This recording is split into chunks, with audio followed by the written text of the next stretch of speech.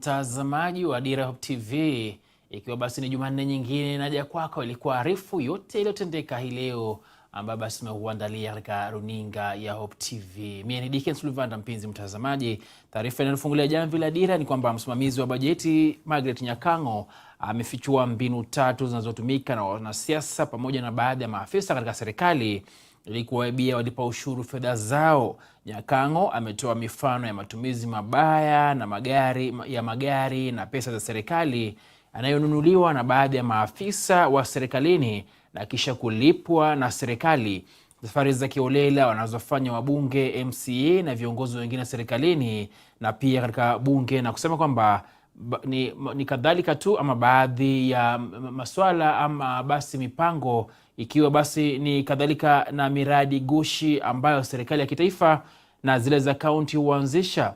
Aidha, msimamizi huyo wa bajeti amewahakikishia Wakenya kuwa ofisi yake imeweka mikakati kabambe kuzuia matumizi mabaya ya pesa za umma na wanasiasa pamoja na maafisa wengine serikalini. Kulingana naye, mbinu hizi za wizi ni wa fedha za umma zimekithiri mno, na huku akisema kwamba ofisi yake imepokea vitisho mara kwa mara kutoa fedha kwa miradi isiyoeleweka. A lot of times members of the public have told us, oh, you remember that project that you are being told about, there is nothing on the ground. Sometimes we go there, we find the contractor running to the site. We have seen a lot of foreign travel, which is wasteful. MCAs who go in large groups to foreign countries, there is totally no accountability. They do not produce any reports on what they have learned. We have seen distortion of car reimbursement. You find somebody bringing a 13-year-old car and saying they paid 4 million shillings. My office intends to automate the exchequer process so that we reduce the human interactions. Idara ya kitaifa ya ujasusi NIS ambaye pia ndiye mkurugenzi wa mashtaka ya Umma amejitetea mbele ya wabunge wakati akipigwa msasa kufuatia uteuzi huo, haja ambayo iliwataka wabunge kutomuuliza kuhusu kiasi cha mali anayomiliki kutokana na uzito wa swala hilo na ofisi anayoshirikilia.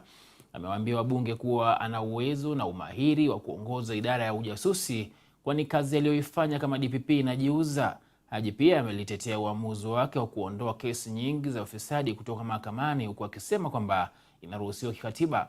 Aliteuliwa na Rais William Ruto kuongoza NIS, jambo ambalo mashirika mengi yasiyokuwa ya kiserikali yamepinga uteuzi huo, na iwapo ataidhinishwa na bunge basi atahitajika kujiuzulu kama mkurugenzi wa mashtaka ya umma kabla ya kuchukua wadhifa huo mpya. NIS did give timely intelligence that initially was actioned upon. And even as ODPP, we were able to prosecute some of these individuals, especially Mackenzie. However, when we went to court, he was given bail. Probably the argument is this bail that was given was not adequate. On the issue of corruption and insecurity, I think he was saying that I did little in stemming corruption, and I beg to differ. I did a lot. As I had said earlier, it was during my tenure that the highest ever fined case was achieved during my tenure, and it is not the only one. There were about 4 cases that broke the ceiling in terms of the fines and the sentences that we were able to get as ODPP. La wakazi wa Mombasa chini ya vuguvugu la Voice of Mombasa limemkosoa Gavana Abdulswamad Sharif Nassir kufuatia amri ya kampuni ya Mombasa Cement kusitisha huduma zake za ubinadamu katika kaunti hiyo. Ripoti zinaarifu kuwa Gavana Nassir alimtaka mmiliki wa Mombasa Cement Hasmah Patel kusitisha huduma zote za kuwasaidia wagonjwa wa hospitalini Mombasa na pia huduma za kunadhifisha jiji hilo kama njia moja ya kutunza mazingira michongo au sanamu za ndovu na wanyama wengine jijini humo zikitolewa. Vuguvugu hilo likiongozwa na msemaji Michael Nato na John Walele limemtaka Gavana Nasir kuboresha huduma za wakazi kwa kushirikiana na mashirika au kampuni na watu mbalimbali, na pia kuwahusisha wakazi kwa mipango ya uongozi wa kaunti kabla ya kufanya uamuzi yanaweza kuathiri maisha ya wana Mombasa. Kwanza county government ya Mombasa imefeli kusaidia wananchi, na huyu mfadhili hakuanza leo. Fadhila hizi anazozifanya ameanza kabla yeye ni mbunge mpaka amepata ugavana. Mbona matatizo yalikuwa hayazungumzwi toka mwanzo? Na hakuna sehemu ambayo imefaidika katika Mombasa hii kama county kama sehemu ya sub county ya Mvita. Leo ndio yaona matatizo. Kwa hiyo gavana awe mkweli na waachilie, hii ni lazima awaachilie wafadhili wasaidie wananchi. Petition ambayo kwa tupeana ilikuwa ni marekebisho tuweze kuona hospitali yetu hata kama hospitali za Kwale watu wanalipiwa 100%. Na hapa pia Mombasa inawezekana. Bila hata wafadhili kaunti yenyewe zasimamia wananchi walipiwa 100%. Wengi wanapitia sana hiyo hospitali. Mimi mwenyewe nilitembea hapo na baadhi ya Voice of Mombasa tumekuta kwamba kuna hata mtu yuko hapo ni mgonjwa ameshindwa kutoa hata mtoto wake. Kama kuna watu wametubwaga ni County Assembly ya Mombasa. Wamelala kabisa, hawapumui, hawakohoi. Wao ni pengine wakiona governor tu ni kumramba viatu. And that is wrong. Kwa sababu ukienda hata katika County Government Act Section 9 imeorodhesha yale majukumu yao. Wao ndio wafaa wawe link kati ya services na wananchi. Lakini hata wengine hata mtaani hata hawaonekani. Na mtazamaji, muungano wa Azimio la Umoja umeendelea na msimamo wao wa kupinga mswada wa fedha wa 2023. Muungano huo wakati huo umesisitiza kusitishwa kwa mazungumzo kati yao na kundi la mrengo wa Kenya Kwanza hadi saa 6 usiku wa leo Jumanne, ikiwa masuala yao hayatashughulikiwa. Wakizungumza wakati wa mkutano maalum wa kundi la wabunge ulioongozwa na kiongozi wa Azimio Raila Odinga, muungano huo umeitaka serikali kutupilia mbali mswada wa fedha 2023 na kuwasilisha tena kwa njia ambayo itashughulikia maslahi ya Wakenya. Gloria Msimbi alihudhuria kikao hicho. Kiongozi wa muungano wa Azimio la Umoja wa Kenya Raila Odinga ameongoza mkutano maalum wa wabunge wa Azimio ili kukagua hali ya mazungumzo ya pande mbili na msimamo wa muungano huo kuhusu mswada wa fedha wa mwaka 2023. Mkutano huo uliwaleta pamoja wabunge, wawakilishi wa mazungumzo ya pande mbili za Azimio na wengineo. Ulijadili masuala matatu yakiwemo mpangilio wa viongozi wa wachache wa Azimio, mswada wa fedha wa mwaka 2023 na hadhi ya mazungumzo ya pande mbili kati ya Azimio na Kenya Kwanza. Azimio imeipa Kenya Kwanza hadi saa 6 usiku wa Jumanne kushughulikia masuala yao, la sivyo mazungumzo ya pande mbili yasitishwe mara moja. Any other MPs who have defected to Kenya Kwanza, in essence, have to face by-elections in line with the Constitution of Kenya.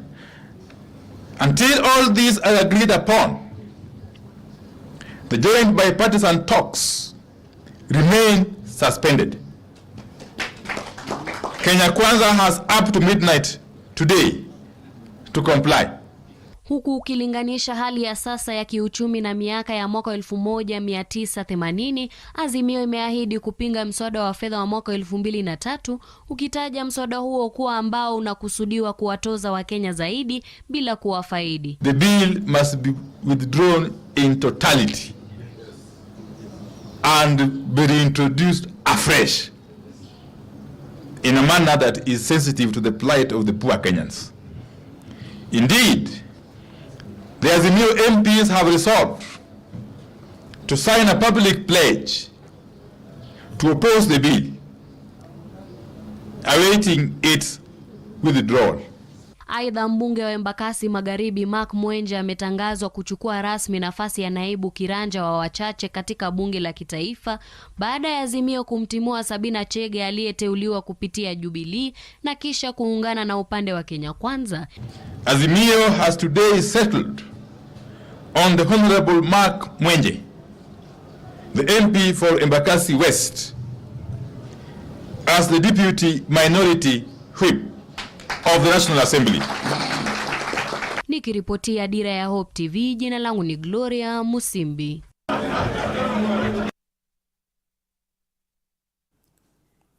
Muungano wa kitaifa wa makanisa ya kiinjilisti humu nchini UK sasa umeitaka serikali na bunge kupendekeza kubuni sheria mpya itakayosaidia kudhibiti makanisa kama mashirika huru badala ya kuyaunganisha na mashirika mengine chini ya sheria ya usajili wa mashirika. Katibu mkuu wa UK Dr. Nelson Makanda akizungumza alipokutana na viongozi wa UK tawi la Siaya amesema kwamba pindi tu sheria hiyo itakapobuniwa na kuanza kutekelezwa, vituo vya ibada vitashughulikia visa na mikasa inayowakumba kwa mujibu wa sheria, tofauti na ilivyo sasa ambapo vituo vya ibada vinatakiwa kuripoti kwa msajili wa vyama vya ushirika. Huku akisisitiza kuwa UK haitambui wala kujihusisha na kanisa la Paul Mackenzie huko Shakahola, Makanda pamoja na mwenyekiti wa UK Siaya James Opio walisihi serikali kutonyanyasa wahubiri wasiokuwa na hatia kutokana na kisa cha dini potovu kaunti ya Kilifi. Churches are already regulated. There's no church in Kenya that exists without regulation. The churches register under Register of Societies, and there's a law that regulates churches. But however, we desire as EAK that we have a separate statute so that then we are able to address issues that are unique to us. So that we move out from a statute that governs chamas, merry-go-rounds and things like that, and have a statute that regulates freedoms of worship, and we do think that that will be more enabling. We are not part of what has happened in other places. We disassociate ourselves with those things as Evangelical Alliance of Kenya. They are not our members. And also we have also requested the government not to harass all church ministers because of the wrongdoings of individuals that maybe they can reach. Naam, kwa mara nyingine tena maafisa wa upelelezi DCI Mombasa wamefeli kumhoji mhubiri tata wa kanisa la New Life Ezekiel Odero kufuatia madai ya ushirikiano wake na mhubiri tata wa kanisa la Good News eneo bunge la Malindi katika kaunti ya Kilifi. Ezekiel alijiwasilisha katika ofisi za DCI Mombasa akiandamana na mawakili wake Cliff Ombeta na Dansan Omari kama alivyoagiza kufanya hivyo kila Jumatatu. Aidha, kesi aliyowasilisha mbele ya jaji wa Mombasa Olga Sewe akishtaki serikali kwa kufunga kituo chake cha runinga itasikilizwa Julai 13 mwaka huu. The petition be mentioned on a date we'll give you shortly for a status update on the investigations, and two, that the petitioner considers amending the petition to reflect the current status of his cause of action. So either the petition is withdrawn in entirety or we get to hear it as amended. That's the way to go. Katika mahakama ya Magistrates Court Nairobi tutakuwa pale sababu yule jamaa Safaricom manager legal alilazimishwa kufika mahakamani kesho kule na Milimani Criminal Court aweze kujibu ni kwa nini hajapeana polisi zile stakabadhi ambazo polisi walizihitaji. Kwa hivyo pia kesho tutakuwa kotini pale jijini Nairobi. Kila kitu cha Pastor Ezekiel ni mali ya kanisa.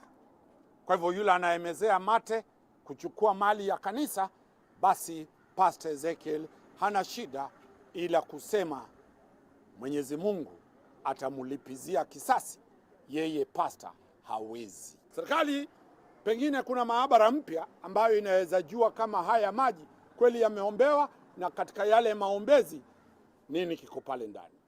Pili, walichukua vitambaa vile vilivyoombewa wakaenda kuvifanyia uchunguzi. Tunatarajia kwamba leo watamuuliza pastor ama watatupa results za maji na vitambaa. Na mhubiri mmoja wa kanisa la Church of All Nations katika kaunti ya Bungoma anayefahamika kama Nabii Yohana ametakiwa kujisalimisha kwa polisi kuandikisha taarifa Ijumaa. Kulingana na kamanda wa polisi Bungoma Francis Kooli, mhubiri huyo anatarajiwa kuhojiwa kuhusu mienendo yake, mafunzo anayotoa kwa waumini wake na iwapo kanisa lake limesajiliwa kisheria.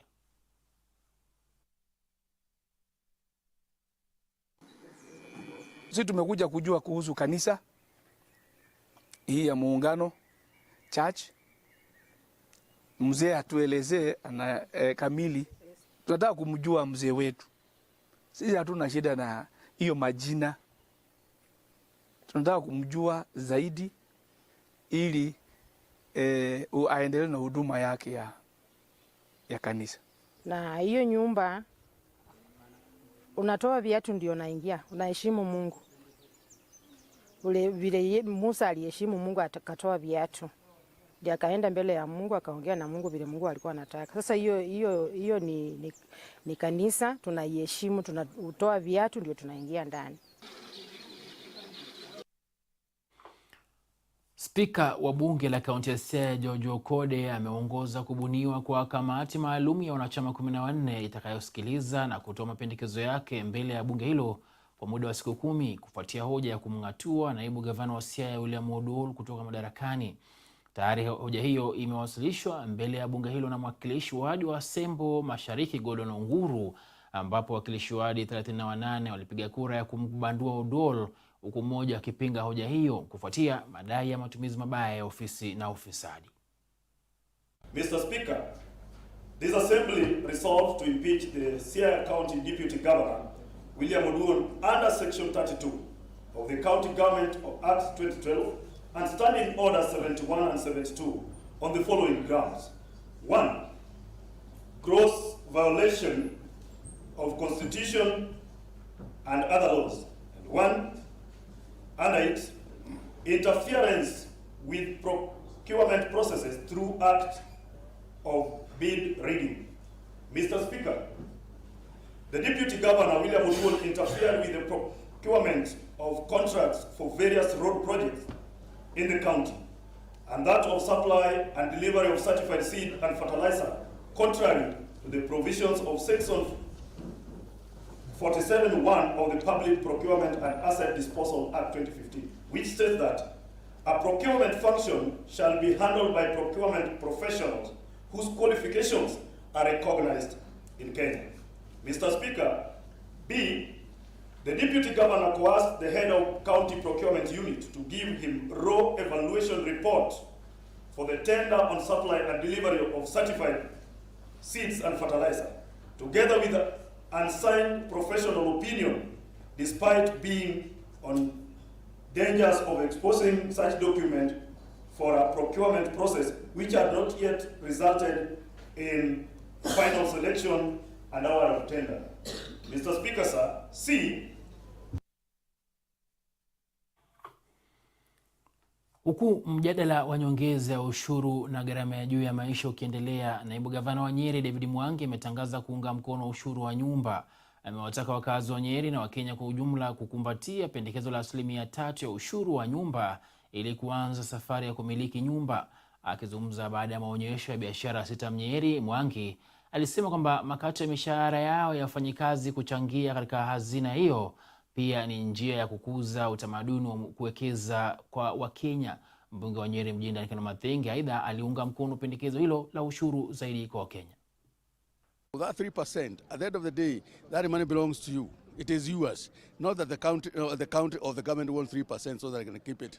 They want to save it for you at the end of the day. Because some of us, we are savers by default. We are not savers by choice. So you find sometimes it reaches a point that people have to be forced to save. So the 3% is yours. We want to keep it for you, but we will just give it to you. So if you take the house we are talking about, then it belongs to you, you pay the difference. If you don't want, then we refund you that money. I'm encouraging us as Kenyans to be candid and completely honest with each other so that we can get to the point of balance. At the end of the day, we will only develop this country realistically on the basis of the finances that we can generate internally. Gavana wa Machakos Ovinya Ndeti ametoa onyo kali kwa wanakandarasi wanaoishia kufanya kazi mbovu baada ya kufanikiwa kupata zabuni za kutoa huduma kwa serikali ya kaunti hiyo. Akihutubia wakazi walioungana naye katika ziara ya kukagua barabara ya Miwani kuelekea New Machakos City ambayo inakarabatiwa, Gavana Ndeti aliwataka wanakandarasi hao kuhakikisha thamani ya pesa wanazopata katika zabuni zote za kufanikisha maendeleo yanafanikiwa. Mulisikia vile niliwaambia mawaziri wangu, ma chief officers wangu, wakati wa kazi hakuna urafiki. You understand? When it comes to work, there is no friendship. Yes, we campaigned together, we were all together, isn't it? But the people of Machakos walitupatia kazi so that we are able to perform for them. Vile mimi sina urafiki na wao katika kazi, na wao wasikuwe na urafiki na macontractor. Tunaelewana? Let them not be friendship between you and contractor. Let the contractor do what they are supposed to be doing. And if you're a good contractor, sincerely speaking, why would you not be given work in Machakos? Kwa hivyo naambia macontractor, fanyeni kazi mzuri, ndio hata sisi kama Machakos tuwe tunajivunia kuwa na macontractor wazuri, wale wanafanya kazi mzuri Machakos. Hata sisi watu wakuwa wanakuja kubenchmark hapa Machakos, because we have contractors who are very they competent. They give us, they do their work efficiently and effectively, and also quality work. Serikali ya kaunti ya Machakos imeahidi kushirikiana na washikadau mbalimbali ili kufanikisha vita dhidi ya dhuluma za kijinsia. Kupitia waziri wa jinsia wa kaunti hiyo Onesmus Muasia, gavana wa Machakos Wavinya Ndeti amesema kuwa kituo cha kuwahudumia waathiriwa wa GBV kinachojengwa na serikali ya kaunti ya Machakos kitatamatika kufikia mwishoni mwa mwaka huu ili kuwasaidia waathiriwa. Tuko na nyumba ama mahali tumetengeneza kama Machakos County Government pa kuweka wale wamedhulumiwa. Tulikuwa tunatafuta fedha za kuhakikisha hiyo nyumba yetu imeanza operesheni pale People's Park. Tunataka kutoa ilani kali sana kwa wale wanaotoa dhuluma za kijinsia, kwa sababu in Machakos County Government hii itakuwa jambo la lililopita. Haitafanyika tena kwa uongozi wake kwa uongozi wake Wavinya Ndeti, hiyo mambo haitafanyika tena. Ile nyumba yetu iko na vyumba ndani yake 32 na hii mwaka tumetenga pesa ndio to make sure imeanza kufanya kazi. Ukiona kesi ya dhuluma ya jinsia, ripoti kwa polisi ndio sheria ichukue mkondo wake. Asante. Na mtazamaji, katika ulingo wa spoti ni kwamba mpishi mashuhuri ambaye ni raia wa Kenya Banis Kariuki ametangaza kuacha kazi katika timu ya soka inayocheza ligi kuu ya Uingereza Arsenal baada ya miaka 2 chini ya uongozi wa mpishi mkuu wa Arsenal. Kariuki amekuwa mpishi wa wachezaji wa kikosi cha kwanza, uongozi na benchi, wataalam na pamoja na ufundi wa klabu hiyo. Akitangaza kuondoka kwake kupitia mtandao wa kijamii, Banis Kariuki alisema kampeni ya Arsenal ya mwaka 2022 mpaka 2023 ndio iliyokuwa ya mwaka wao mzuri zaidi, akibainisha kuwa ilikuwa jambo la kufurahisha kufanya kazi kwa klabu hiyo. Kariuki alijiunga na Arsenal kama mpishi wa kibinafsi wa kikosi cha kwanza katikati ya mwaka 2021 baada ya Mikel Arteta kuteuliwa kama meneja wa klabu hiyo. Pia alisimamia ustawi wa timu kabla na baada ya mechi na pia menyu za timu inayosafiri.